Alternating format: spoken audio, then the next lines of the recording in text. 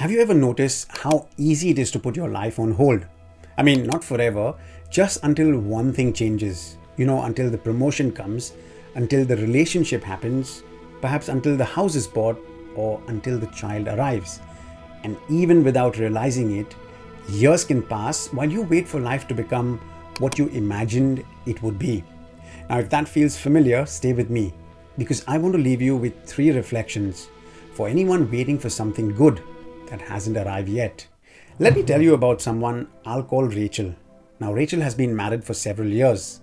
She loves her husband. They've built a life together. From the outside, everything looks fine. But there's one thing she's been carrying quietly for a long time.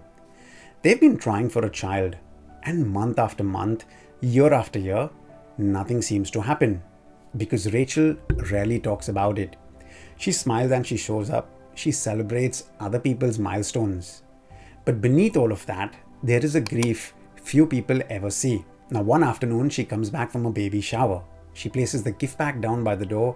Her husband is making tea in the kitchen. And after a long silence, she says, "I'm happy for them. I really am." But then she pauses and says, "I just didn't think we'd still be waiting." Now, it's such a simple sentence. And I think many people know exactly what she means. Because this isn't about infertility. It's about the life you thought you'd have by now. The timeline you quietly created in your head. The future you assume would unfold in a certain way. And when it doesn't, something inside you begins to question. Why is this taking so long? I mean, what am I doing wrong? Have I missed something? Or has God forgotten me? And I think this is where something important begins to reveal itself. There's a difference between giving up on a dream and surrendering it. Giving up says, it doesn't matter anymore. Surrender says, it matters deeply. I just can't carry it by myself anymore. And for Rachel, that's where the struggle had become exhausting. Not only the waiting, but the comparison. Another pregnancy announcement, another family photograph, another friend moving into a season she longed for herself. And slowly, without meaning to, she began measuring her life against what other people seemed to have. And this is what it quietly costs. You begin overlooking the life that's already in front of you, not because you're ungrateful, but perhaps disappointment has a way of narrowing your vision. You see, you stop noticing what's present because you're always focusing on what's absent.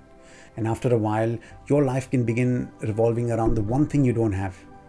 There's a story in scripture that comes to mind. Hannah longed for a child. She carried that desire for years. You see, she prayed, she wept, she even wrestled with it. And what always strikes me about her story is that she brought her longing honestly before God. She didn't pretend she was fine. She brought the whole thing to Him. The disappointment, the confusion, the waiting. And I think that's what's important. Because faith isn't pretending something doesn't hurt. Faith is bringing the hurt to God and trusting Him with it. And not because you know exactly how the story ends, but because you've begun to trust the one walking with you through it. And maybe that's where hope begins. Not where the waiting ends, but when you realize you're not waiting alone. So how can you begin? Well, here are three things. First, notice where comparison enters your life. The next time someone shares good news, pay attention to what rises inside you. And don't judge yourself, just notice it. Because oftentimes, awareness is the beginning of freedom. Second, bring the desire honestly before God.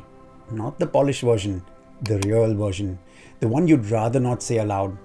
Because sometimes the breakthrough isn't in getting the answer, it is in finally having an honest conversation with God. And third, look for the one thing in your present life that you would miss if all the attention stayed fixed on what hasn't happened yet. Now, this could be a person or a relationship, a blessing, or perhaps even an ordinary moment. Because while you're waiting for the future, life is still happening right now. And coming back to Rachel's story, her circumstances haven't changed. She still prays and hopes that her prayer will be answered someday. But something has shifted. She no longer feels like her life is on pause. She's stopped measuring every season against the one thing she doesn't have. And she's started noticing the things she does. Her husband, her family, her friendships, and even her faith. That life is already unfolding around her. Not because the longing has disappeared, but because it no longer occupies every room in our heart. And perhaps that's the invitation for all of us, not to stop hoping, praying, or asking, but to trust God even while we are waiting. Because sometimes the greatest thing God is doing is not what He's preparing us for, it's what He's preparing within us. Take that thought with you, and if you know someone who's quietly carrying a disappointment or perhaps waiting for a prayer to be answered, this reflection is worth sharing with them. And before I go, a quick note. My first book, Scams and Masks, is now available on Amazon and through select bookstores. If you enjoy thoughtful, story-driven explorations of human behavior, trust, and decision-making, have a look at this. I'll leave a link in the description below. Well, I'll see you in the next one. Until then, cheers and God bless.